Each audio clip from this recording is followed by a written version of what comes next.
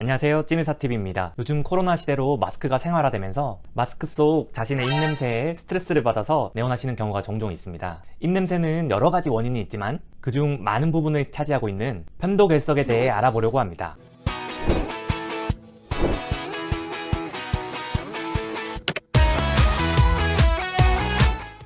편도결석이란 편도의 정상적인 분비물이 음식물이나 세균들과 반응하여 생긴 것으로 하얀 또는 노란색 같은 알갱이 모양으로 만져보면 치즈 같은 형태를 띱니다. 주로 편도결석이 생겨 목에 뭔가 걸린 듯한 느낌 또는 입냄새의 불편함으로 내원하십니다. 편도염을 자주 앓으면 마치 달의 표면처럼 편도 표면이 울퉁불퉁해집니다. 음식을 먹다 보면 음식 찌꺼기, 노폐물이 이 울퉁불퉁한 표면에 들어가서 쌓이고 악취와 이물감이 생기는 거죠. 거울로 벌리고 보면 노란색 또는 하얀색 알갱이 같은 것이 편도에 붙어있는 것을 볼 수 있습니다. 이를 셀프로 제거하는 영상이 아주 많이 올라와 있던데요. 물론 그 순간에는 아주 시원할 수 있습니다. 손이나 막대기 등등 이 편도결석을 제거하기 위해서 주위 편도를 건들게 되면 더 울퉁불퉁하게 염증이 심해집니다. 혼자 편도결석을 제거하다가 편도에서 피가 난 적은 다들 한 번씩 경험해 본 적이 있을 거예요.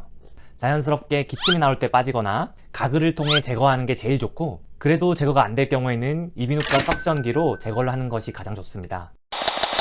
생각해보세요. 피부에 여드름 흉터가 생겼는데 레이저 치료를 받지 않고 이 흉터가 없어질까요? 마찬가지입니다. 편도에 흉터가 생겼는데 이를 안 아프고 간단하게 흉터를 치유하는 방법은 없습니다. 혼자 편도결석을 빼다가 흉터만 더 추가하게 되는 거죠. 치료는 개인 병원에서 간단하게 국소 마취를 통해 이 울퉁불퉁한 편도의 표면을 평평하게 만들기 위해 적절히 지져주는 시술을 진행합니다. 대학병원에서는 전신 마취를 통해 아예 편도 자체를 제거해버리는 편도 제거술을 합니다. 간단하게 할수록 덜 아프고 덜 효과적이고 재발 확률도 높고, 아플수록 더 효과적이고 근본적인 치료가 됩니다. 특히 편도 전절제술을 받으면 일주일 동안은 목이 너무 아파서 죽 정도만 먹게 돼요. 하지만 일주일만 아프면 평생 편도결석으로부터 해방될 수 있는 근본적인 치료가 되는 거죠.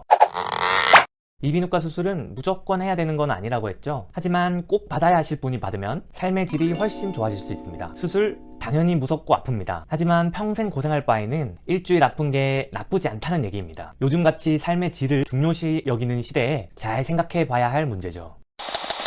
제가 하고 싶은 얘기는 아픈 것을 피하려고 요행을 바라면 나중에 염증이 더 심해진 후 수술하면 피도 많이 나고 통증도 훨씬 더 심하다는 것입니다. 실제로 나이가 들수록 잦은 편도염으로 편도 주위 부분과 유착되고 수술도 더 까다로워집니다. 저는 수술하는 의사가 올바른 정보를 제공하고 환자 개개인의 불편함을 잘 고려해서 판단해야 한다고 생각해요. 무조건 아프니까 하지 마라, 편도가 크니까 무조건 해라, 이런 이야기는 환자 본인에게 아무런 도움이 되지 않습니다. 예를 들어 저는 아무리 코뼈가 휘어져 있어도 본인이 전혀 불편함을 못 느낀다면 비염 수술을 권해드리지 않습니다.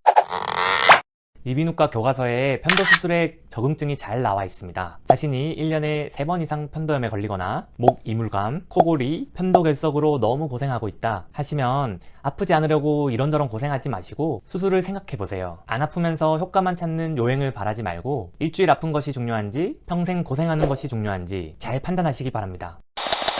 수술의 아픔, 고통만 너무 강조되어 있지 그 후 회복하고 난 후에 코골이도 줄어들고 목감기도 덜 걸리고 입냄새도 안 나는 일상의 행복에 대해서는 이야기하는 영상이 별로 없어서 정보의 불균형을 해소하기 위해 이 영상을 올렸습니다. 다음에 또 유용한 영상으로 만나요. 안녕.